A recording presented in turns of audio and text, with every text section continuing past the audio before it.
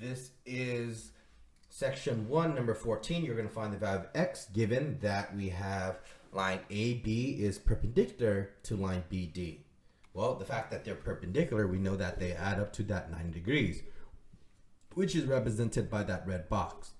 So we could set up the equation of x plus 20 plus x, because we're just adding those two angles together. That's going to be equal to 90.